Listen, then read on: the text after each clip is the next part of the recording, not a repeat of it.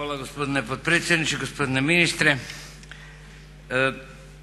Ovaj zakon ide, odnosno izmjene i dopune idu u dobrom smjeru. To je evidentno i iz ovih dosadašnjih diskusija i mislim da neće nitko tu nikakvu dvojbu izražavati. No, ono što je pomalo čudno jeste tako često mijenjanje zakona čak i u onim segmentima za koje se unaprijed znalo ili se moglo zaključiti saborske diskusije zainteresirane javnosti da ne valjaju. I sad smo u praksi ustanovili da ne valjaju. Primjerice sramoćenje. Od prvog trenutka je bilo savršeno jasno da to tako ne može ići, da će rezultati biti katastrofalni. I bili su po neke novinare i zapravo ne samo po novinare nego po kompletnu javnost koja se našla u situaciji da se popu ne može reći pop, ni bobu bob, ni caru da nema ništa na sebi jer bi ga to moglo eto jako uvrijediti njegove osjećajčiće. To se sad mijenja i dobro da se mijenja. Zakoni su tu da podupiru prihvatljive društvene vrijednosti i sankcioniraju njihovo kršenje. Zato ih donosimo ovdje. Da bi to tako funkcioniralo, sustav društvenih vrijednosti mora biti jasan. Bojim se da u Hrvatskoj imamo dva sustava društvenih vrijednosti. Jedan deklarativan po kom se zaklinjemo dobro uči, budi dobar đak, nemoj krast, nemoj pit, nemoj pušiti, nemoj se drogirati, budi pristojan i tako dalje i dobro ćeš proći u životu. I drugi stvarni koji pokazuje da to baš nije uvijek tako. Kazneni zakon sankcionira najteže prekršaje normi ovog deklarativnog sustava društvenih vrijednosti. Sudovi su puno bliže stvarnosti. Što god mi mislili o njima, što god mislili o hrvatskom sustavu, što god mislili o neujednačenosti sudskih presuda, to jest bliže stvarnosti. Pa netko ko provali u kiosk i ukrade 20 šteka cigareta ode 6 mjeseci u zatvor ili godinu dana, u pravi zatvor. Nikakvih olakotnih okolnosti nema. A neko ko proda zgradu i napravi štete društvu, državi, kako hoćete, od par stotina milijuna, bavi se kulinarstvom i guli krumpire. To su stvarne društvene vrijednosti i mi moramo mijenjati društvene vrijednosti. Ovim ćemo napraviti dobar korak, ali suštinski bojim se da ne. Zašto se tako često mijenja zakon? Dobro, mijenjaju se okolnosti. Pred 10 ili 15 godina o ovim oblicima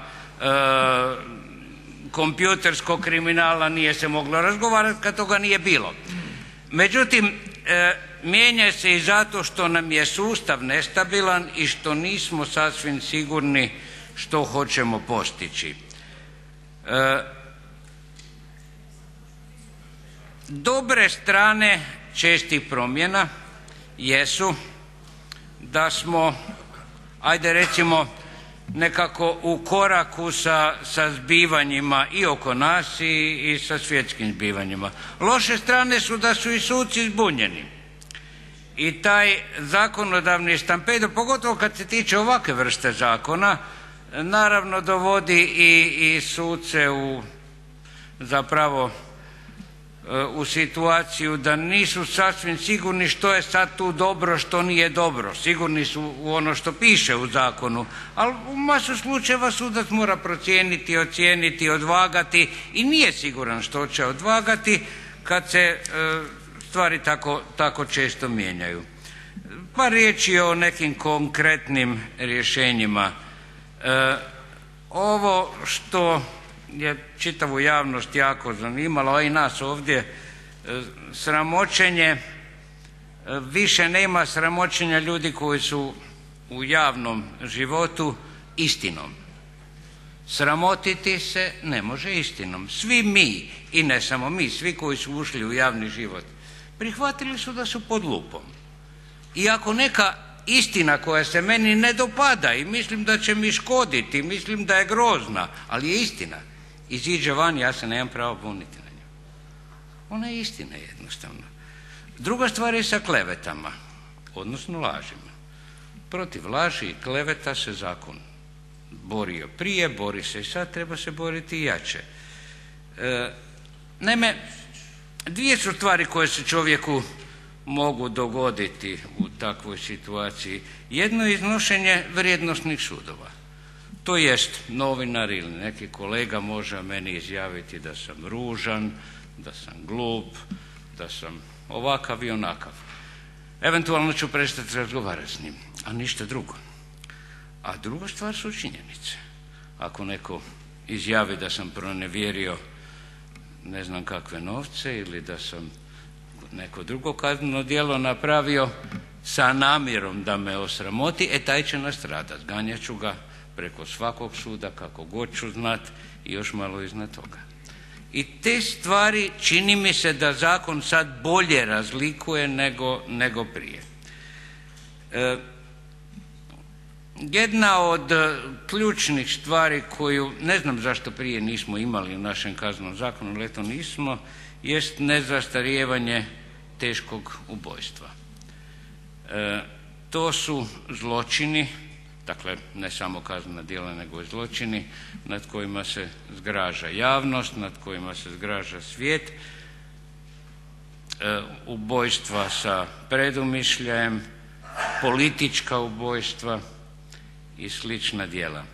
Da je to bilo u našem kaznenom zakonu, možda se neki procesi ne bi danas vodili u Njemačkoj, možda bi se vodili u Hrvatskoj, jer bi bilo rezona da se vode. Ovako su bili, čini mi se, vrlo blizu zastare, pa bolje da su otišli tamo kamo su otišli. Vrijednost kaznenog djela po službenoj dužnosti, progoni se po službenoj dužnosti ako je iznad 1000 kuna sada. Ovo je, ma i tih 1000 kuna za nekog predstavlja bogatstvo. Naravno možemo mi ovdje iz naše perspektive reći to je sitan novac.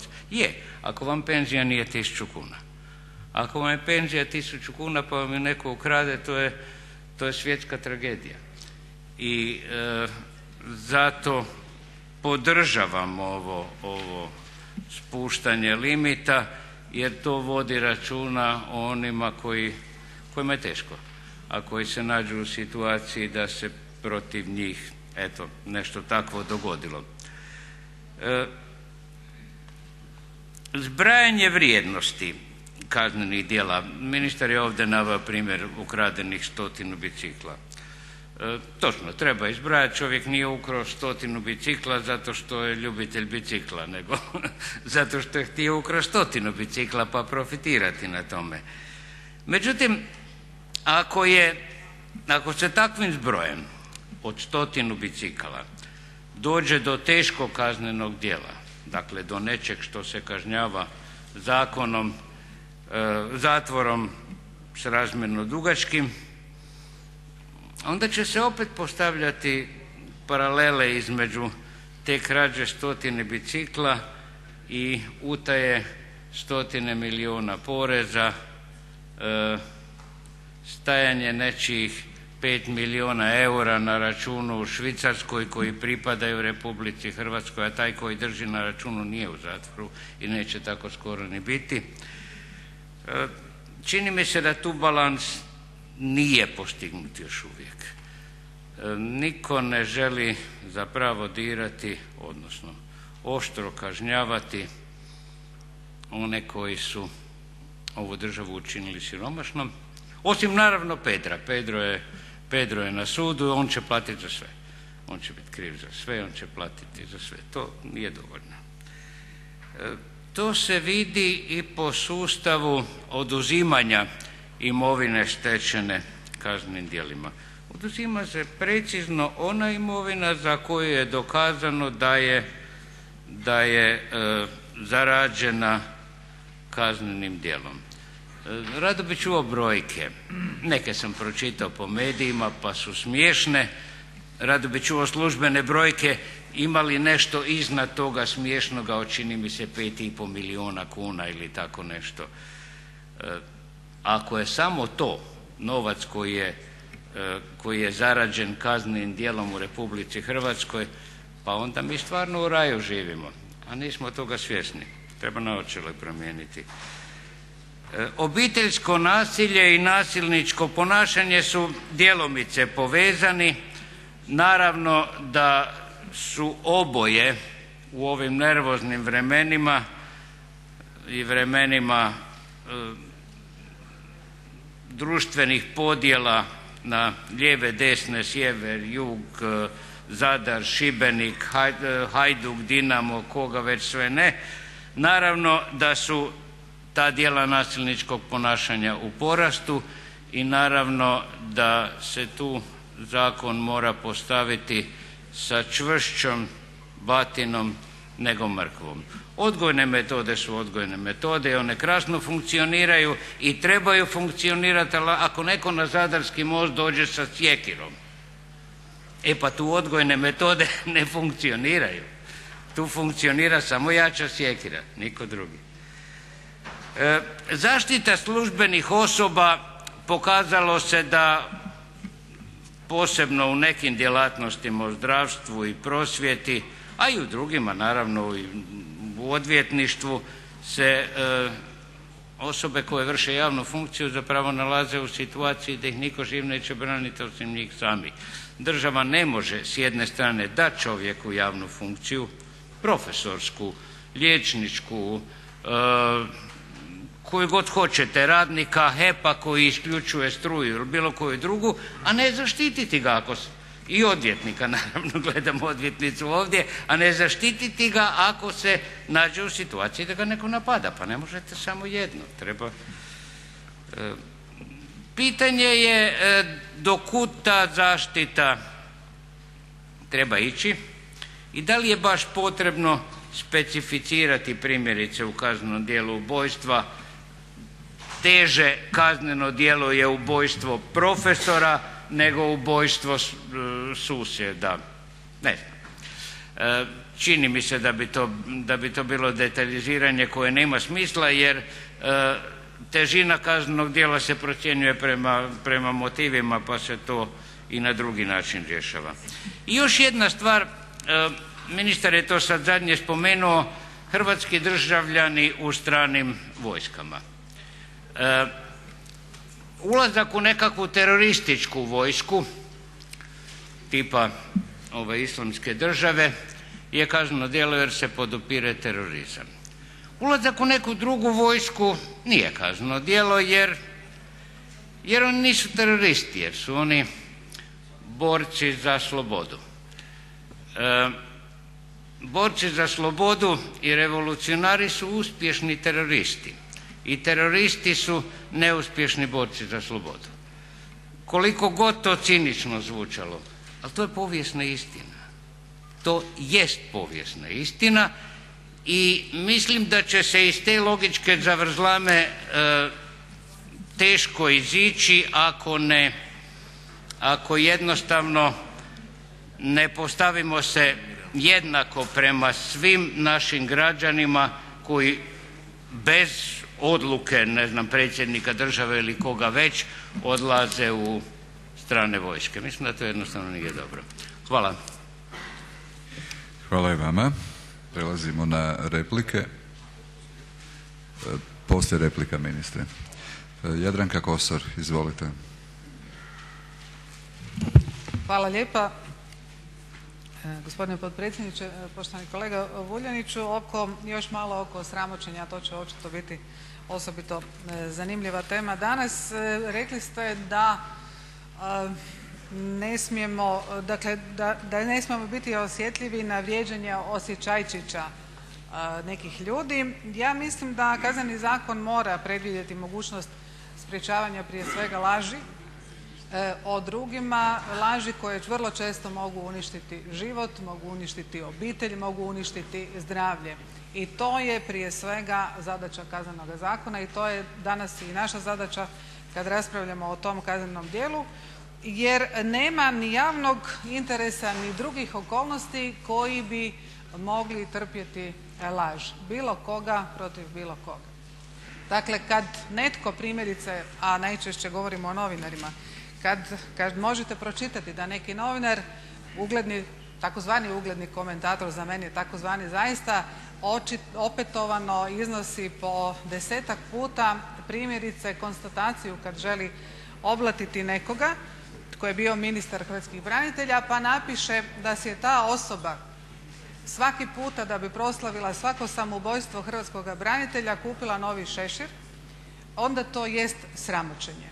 Onda to jest sramoćenje i to ne ulazi apsolutno niti u sferu javnoga interesa, niti drugih okolnosti kako se evo ovdje navodi, ali isto tako definitivno ne može ni na koji način biti zaštićeno. I nije dio naravno profesionalne slobode, niti spada u umjetničko djelo, ništa od toga, to je čista laž koja čovjeka može uništiti i urušiti mu zdravlje. I o tome govorimo, vjerujem da ima takvih milijardu primjera. To moramo pokušati regulirati tako da to bude zaista kazneno djelo i da se može kazniti ne zbog samo osobe protiv koje se govori, nego i zbog svih drugih koji mogu doći u tu situaciju. Odgovor na repliku, kolega Vuljanić, izvolite.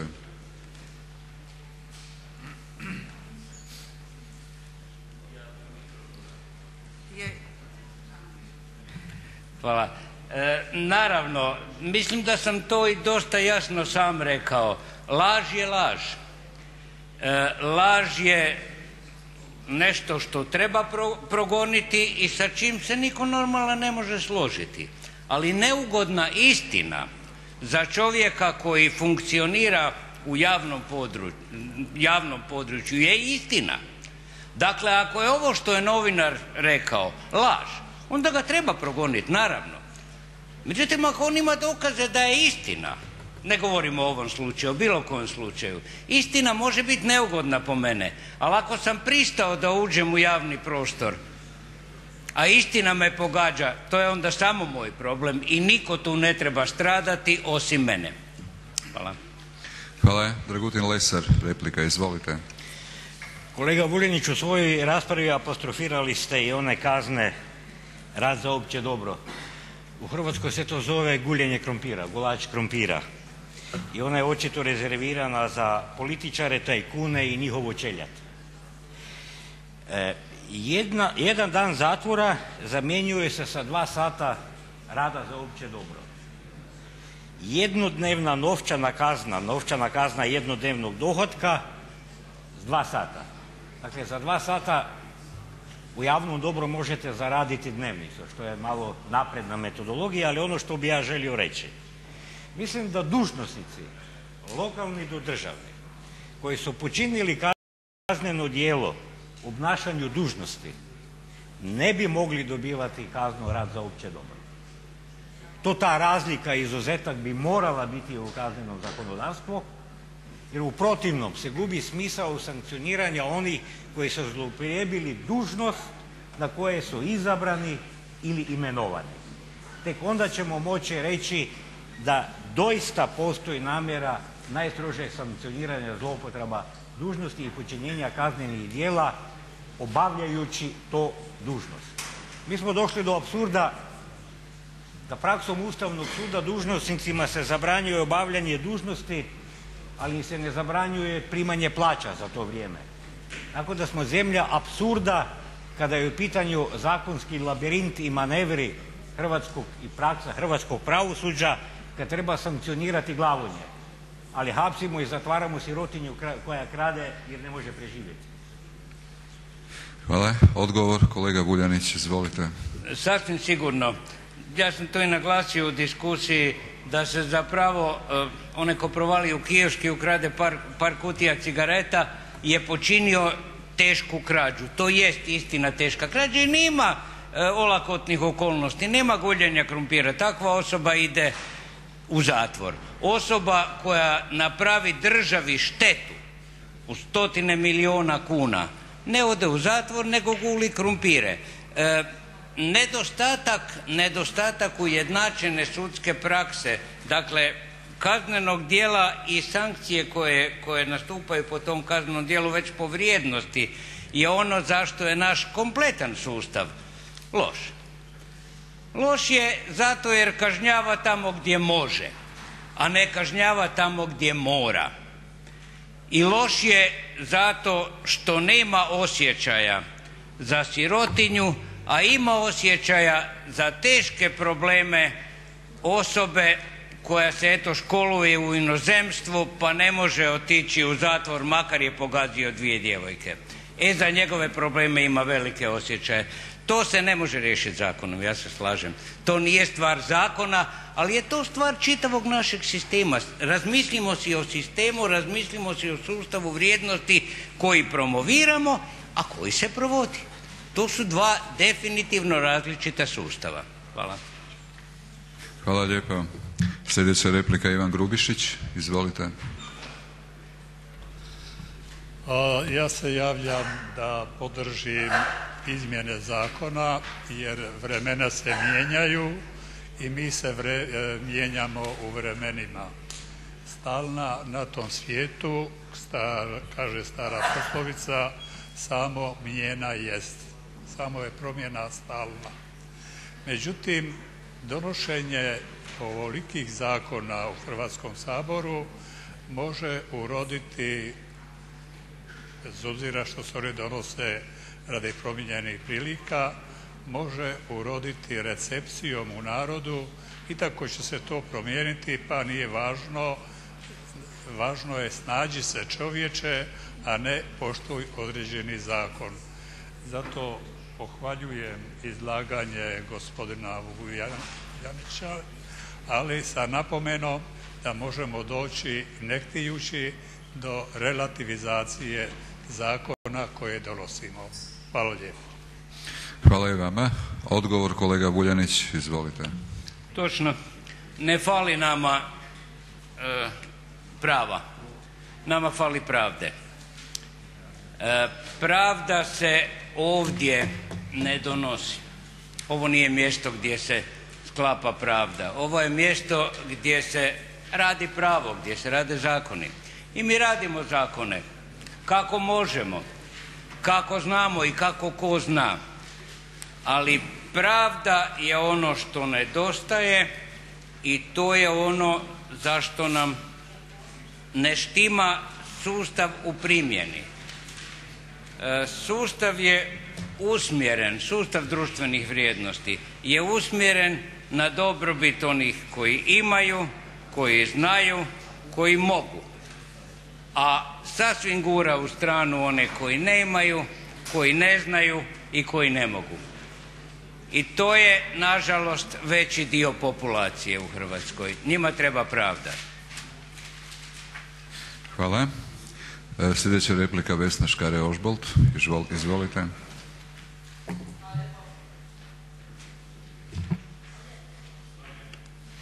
Poštovani kolega Vuljanić, spominjali ste osobe koje bi trebalo još posebno zaštititi. Dakle, praktički ste nastavili tamo gdje sam, o čemu sam ja govorila u replici ministru, a ministar nakon toga i odgovorio. Ja ću samo podsjetiti da Kazneni zakon štiti 2 kategorije, barem u ovom članku 87 kod značenja izraza u Kaznenom zakonu. Dakle, štiti službenu osobu, a to je državni dužnosnik ili službenik, lokalni dužnosnik ili službenik, nositelj pravosudnih funkcija, sudac porotnik, arbitar, član Državnog sudbenog vijeća i javni bilježnik. I štiti vojne osobe. Nikog više. Dakle, kada bi sad počeli nabrajati koja bi to zanimanja trebalo sve štititi, pojačano štititi, onda bi taj red bio doista dugačak. Mislim da bi bilo dobro da se tu i predloži jedna nova kategorija, jedan novi termin značenja, možda osobe sa poslovima od posebnog značenja ili od javnog značenja. E sad, koji su to poslovi od javnog značenja? Mi smo tu nabrojali i socijalne radnike i liječnike i odvjetnike i oni se sigurno ne ubrajaju u službene osobe i ne mogu se ubrajati u službene osobe. Prema tome mislim da bi tu trebalo još možda malo poraditi na definiranju koje su to osobe koje bi još dobile jednu posebnu zaštitu upravo zbog svog posla koje obavljaju. Hvala. Odgovor kolega Vuljanić, izvolite.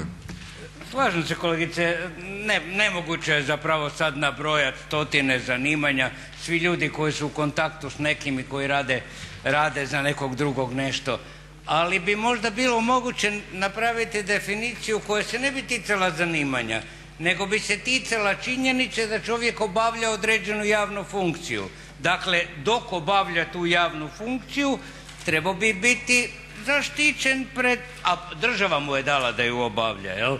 Da li zaposlenjem ili državnim ispitom ili čim već, dotle bi u toj funkciji trebao biti zaštićen od eventualnog progona, prijetnji i sličnih stvari zato što radi taj posao kao što radi. Pa profesor u školi ako podijeli 10 jedinica u razredu gotovo da je siguran da će ga jedan od tih 10 na hodniku ili izvan hodnika napasti. To se ne bi smjelo dogoditi, tu bi zakon trebao zapravo stajati na strani tih ljudi koji su bespomoćni, ne? Kao što je advokat bespomoćan u toj situaciji kad iziđe iz sudnice, on je na golu. Zakon to ne bi smio dozvoliti. Ako je zakon, odnosno zakonodavac, odnosno država dao odvjetniku posao takav, onda ga u tom poslu treba i zaštititi. Hvala. Hvala. Nada Murganić, replika. Izvolite. Zahvaljujem poštovani potpredsjedniče. Cijenjeni kolega, ja ću iz vaše rasprave, budući ste načeli široko je uopće ovo područje i zaista vrlo značajno i važno, istaknuti možda samo dvije misli. Naime, mislim kao i većina nas ovdje u sudnici da je donošenje ovog zakona izuzetno značajno, Bože su sabornici, uostalom kao i ovoga svakoga zakona i zbog toga i ovaj zakon i svaki drugi mislim da bi na tome trebali i predlagatelji i zakonodavac inzistirati da zakoni budu jasni i precizni, da ne omogućava se sucima da za istu stvar donose različite presude koje zaista onda stvaraju zbunjujuće zaključke, pa i one koji su i omogućavaju i kojekakve zlonamjerne implikacije.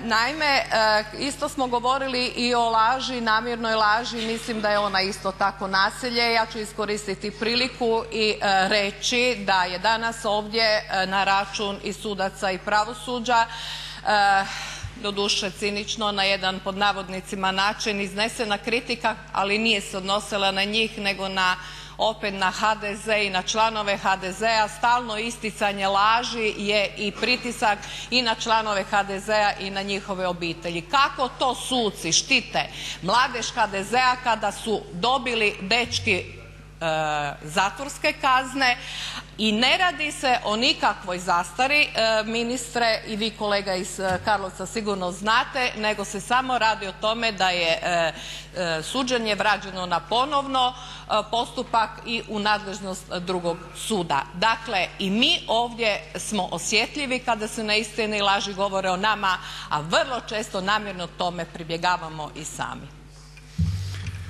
Hvala. Odgovor kolega Vuljanić, izvolite.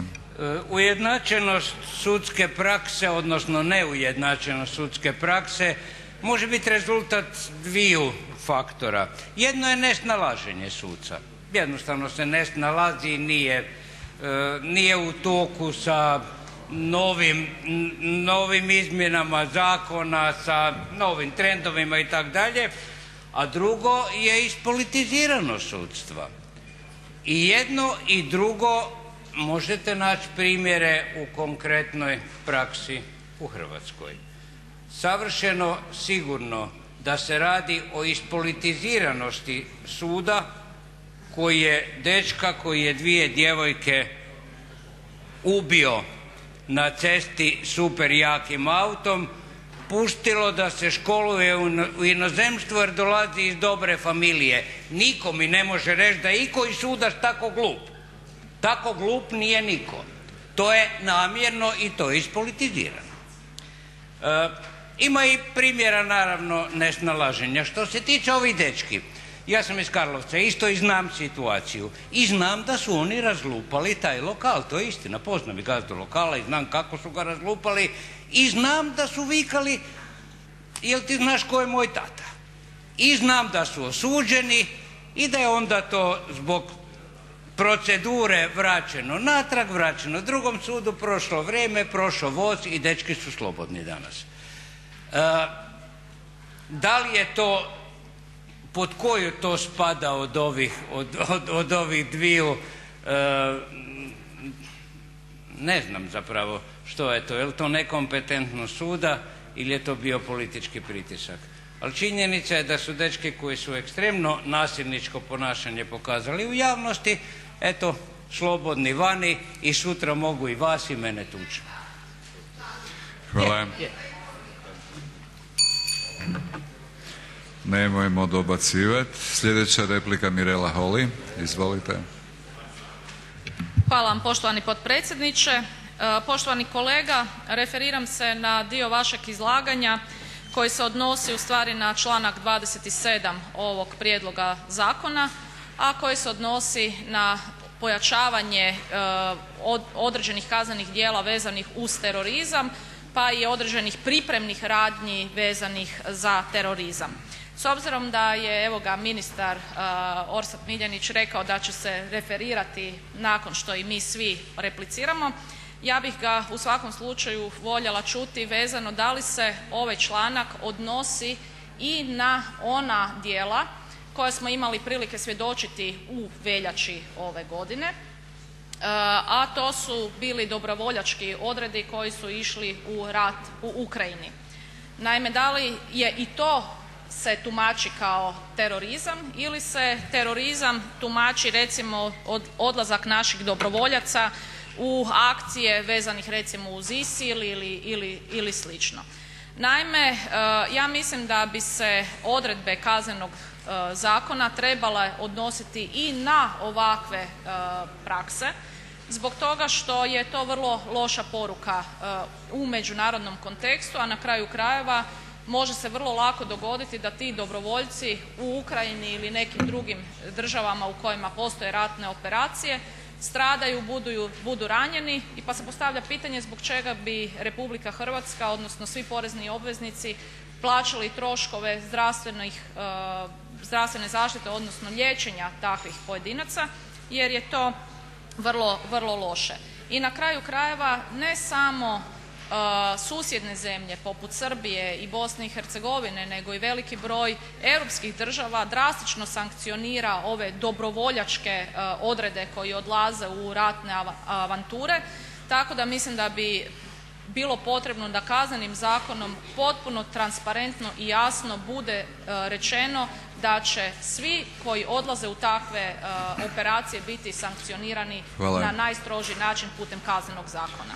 Molim vas kolegice i kolege, omogućimo da se rasprava odvija u miru i tišini. Odgovor kolega Vuljanić, izvolite. Ja sam upravo zato i potencirao tu temu jer ne vidim logike kojom bi se jednu organizaciju koja se nama danas čini antipatična i rušilačka i svakakva proglasili terorističkom. Ona jest teroristička, ali kažnjavali ljude koji odlaze u nju. A jedna druga koja nam se ne čini teroristička, koja nam se čini simpatična, zgodna jer su eto tako slični nama i sve to skupa, prešutno proglasili to bogougodnim djelom. Zakon mora jednako djelovati na sve. Ako hrvatski građanin odlazi u stranu vojsku, on čini kazneno djelo. Točka. Iza toga ne može biti zareza ali ako mi tu vojsku volimo ali ako je to simpatična organizacija. Stvari se ne mogu tako rješavati, barem ne u zakonu. Kako će to biti opet u praksi i koja je razlika između društvenih vrijednosti koje proklamiramo zakonom i oni koji stvarno primjenjujemo, to je drugo. Ali u zakonu stvari ne mogu tako stajati. Hvala. Hvala. Đurđica Sumrak.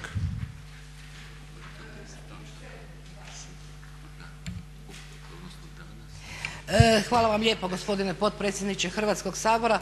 Uvaženi kolega Vuljanić, slušala sam vašu raspravu i evo željela sam u svojoj replici evo nekoliko isto tako misli reći, ali vezani su i na repliku prije gospodina Stazića.